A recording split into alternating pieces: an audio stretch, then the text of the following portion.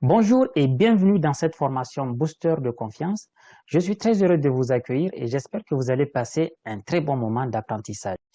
Je m'appelle Omarou Maman, je suis le fondateur du cabinet Bix Consulting en France et Bixit Consulting. Aujourd'hui, j'accompagne des managers et des structures, j'accompagne des comités de direction de PME, de banques et j'accompagne également des personnes individuelles pour avoir plus d'impact dans leur vie d'une manière générale. J'ai à la base un parcours scientifique. J'ai travaillé pendant une dizaine d'années dans des domaines comme le nucléaire ou la chimie des matériaux avant de démissionner pour créer ce cabinet avec ce nouveau concept. Et je fais également des conférences dans plusieurs pays à travers le monde. Il y a plus de 1000 personnes qui ont déjà participé à mes formations. Je donne également cours à l'une des plus célèbres écoles de commerce de France, qui est l'INSEC, des cours de technique de négociation, toujours basés sur l'ergonomie de la performance, comme je le disais. Et je suis très heureux de vous avoir aujourd'hui autour de ce sujet qui est la confiance en soi et l'estime de soi. Et vous allez voir. Les neuroscientifiques le disent, les deux rôles majeurs du cerveau humain est d'assurer notre survie et notre reproduction. C'est l'une des raisons pour lesquelles le cerveau est beaucoup plus attentif aux risques et aux dangers qu'aux opportunités. C'est ainsi qu'en fonction du milieu et des contraintes, le cerveau de chaque individu développe ses stratégies, qui ne sont pas exactement les mêmes que pendant la période des reptiles volants, mais qui sont basées sur les mêmes réflexes de survie, notamment dans la partie dite reptilienne qui date de quelques centaines, voire 2 milliards d'années. Face à une situation non maîtrisée ou inconnue, par exemple, que le cerveau considère comme un danger ou que l'être humain considère comme un danger ou un risque potentiel, le cerveau va alors ériger des barrières psychologiques de survie, dont la résultante peut être la peur, le doute, le stress, l'anxiété, et peut-être pour finir par rejeter la situation en question. Par exemple, lorsque vous rencontrez quelqu'un que vous ne connaissez pas pour la première fois, le niveau de ces barrières psychologiques va être très haut.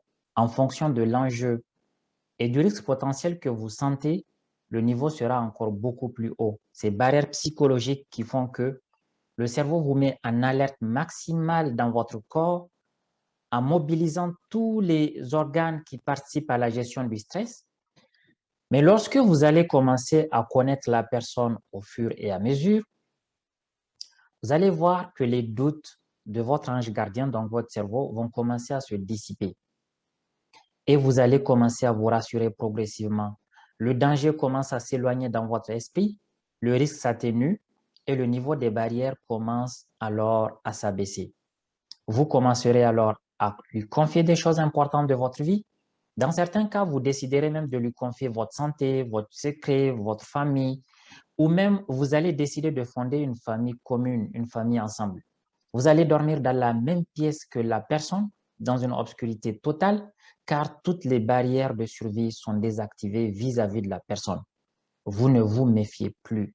Cette baisse des barrières psychologiques qui permettent d'accepter une situation ou une personne est appelée en langage courant la confiance.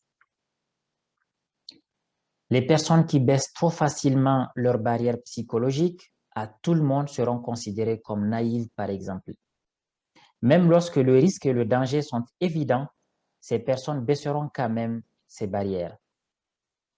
Elles peuvent alors avoir beaucoup de mauvaises surprises et de déceptions dans la vie, ce qui peut causer beaucoup de désagréments pour leur projet de vie. Les personnes qui gardent les barrières toujours hautes à tout le monde seront quant à elles considérées comme paranoïaques. Elles peuvent entrevoir un danger ou un risque dans le moindre recoin de leur imagination. Les rares moments de bonheur et de complicité qu'elles connaîtront avec leurs proches seront rapidement effacés par une suspicion permanente qui consiste à croire que tout le monde veut leur malheur. Donc, la mauvaise manipulation de ces barrières psychologiques et la confiance peut affecter l'humeur sociale, le comportement social et peut mettre en danger vos relations interpersonnelles. Enfin, les personnes qui ont des barrières modulables, qu'elles font baisser ou monter en fonction de leurs croyances et de leurs valeurs, ainsi que des enjeux, seront considérées comme des personnes prudentes. Elles savent manipuler ces barrières qui constituent la confiance, ces barrières psychologiques, et donc elles savent créer un environnement beaucoup plus viable avec les personnes qui les entourent. Et donc, en un mot, la confiance est quelque chose qu'on ne voit pas.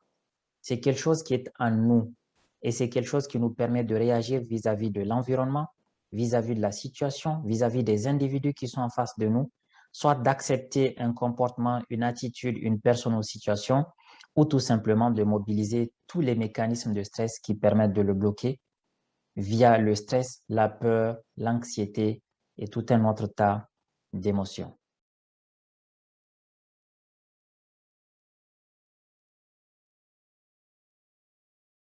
Parlons cette fois-ci de l'importance de la confiance.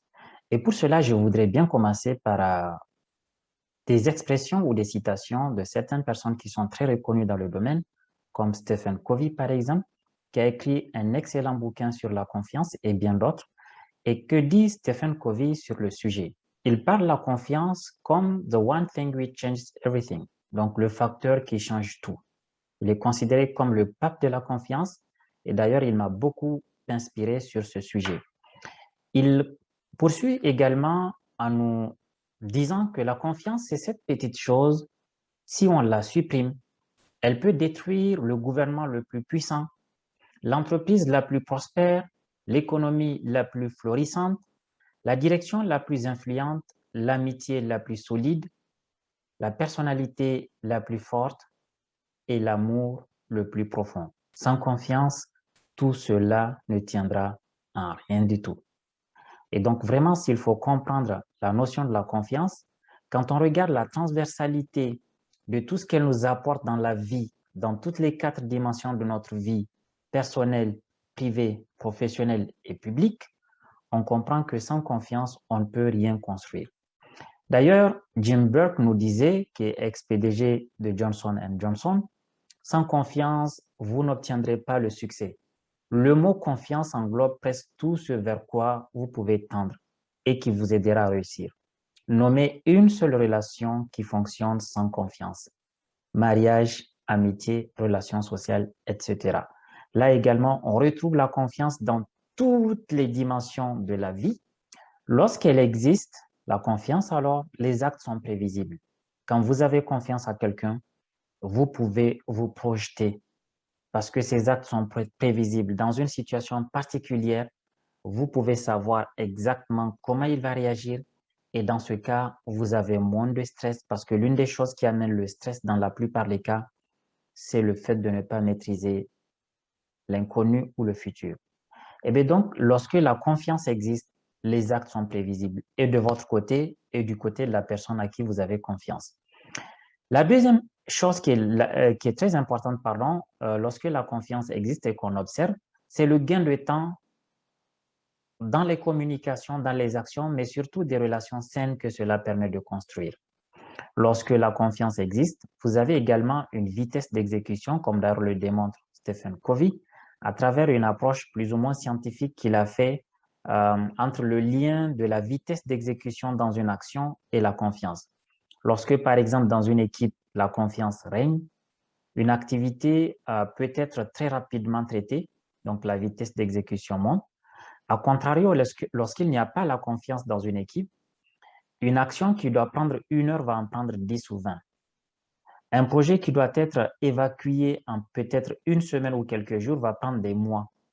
Parce que quand il n'y a pas la confiance, pardon, vous voulez tout vérifier, vous voulez tout contrôler, vous voulez tout justifier. Et on veut que vous justifiez tout. Donc, le manque de confiance consomme énormément du temps et d'énergie. L'autre chose qu'on observe lorsque la confiance existe, comme je le disais, la réduction du stress.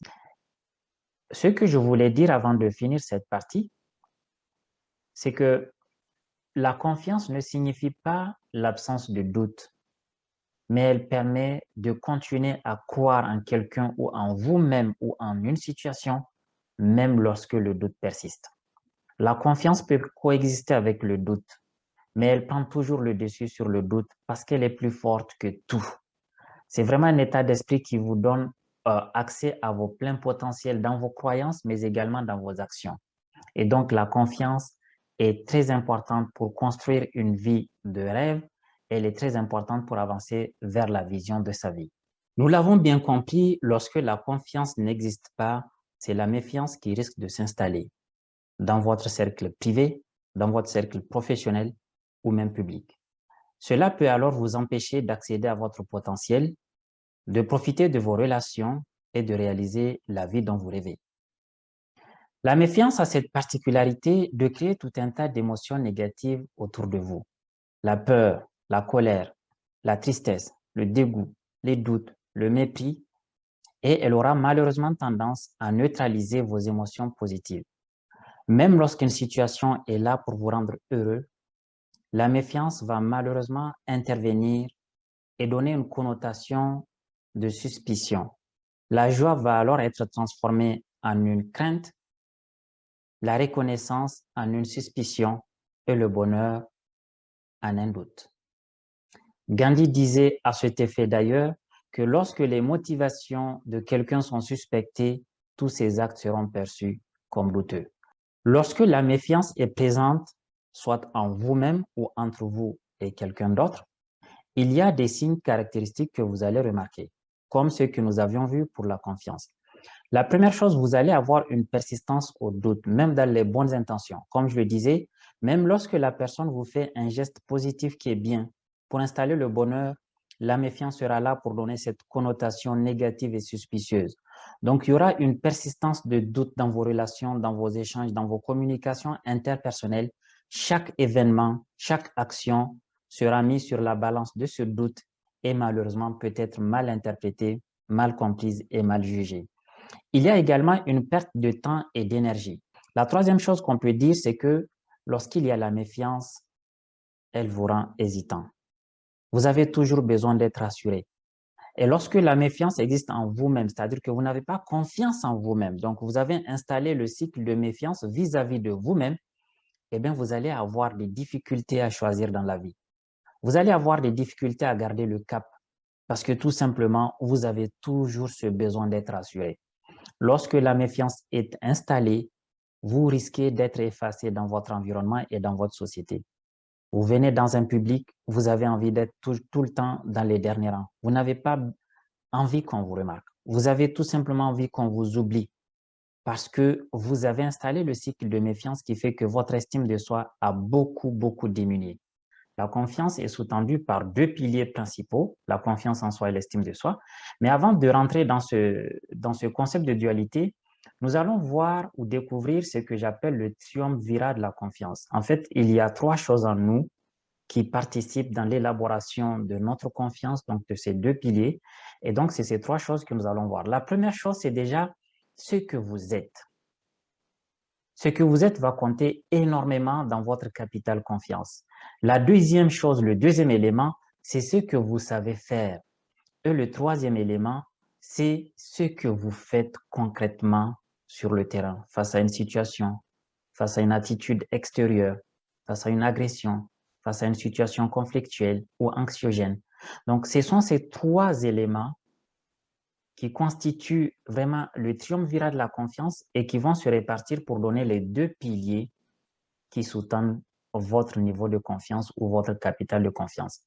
Ce que vous êtes, en réalité, renvoie à votre personnalité. Ce que vous savez faire renvoie à vos compétences et ce que vous faites renvoie à votre attitude. Donc, voilà les trois éléments, comme je le disais, qui constituent votre capital confiance, votre attitude, votre personnalité et vos compétences. Votre attitude et votre personnalité vont constituer votre confiance en soi, comment vous réagissez par rapport aux événements, comment vous réagissez par rapport aux situations anxiogènes, ainsi de suite. Donc, votre attitude, vos réactions, vos comportements, ainsi que votre personnalité vont donner votre confiance en soi ou vont renforcer votre confiance en soi. Et de l'autre côté, votre personnalité et vos compétences vont constituer votre estime de soi. Donc, on retrouve la personnalité au centre des deux. C'est pour ça qu'elle interagit dans les deux dimensions, au niveau des deux piliers, et elle compte énormément pour pouvoir créer votre niveau de confiance.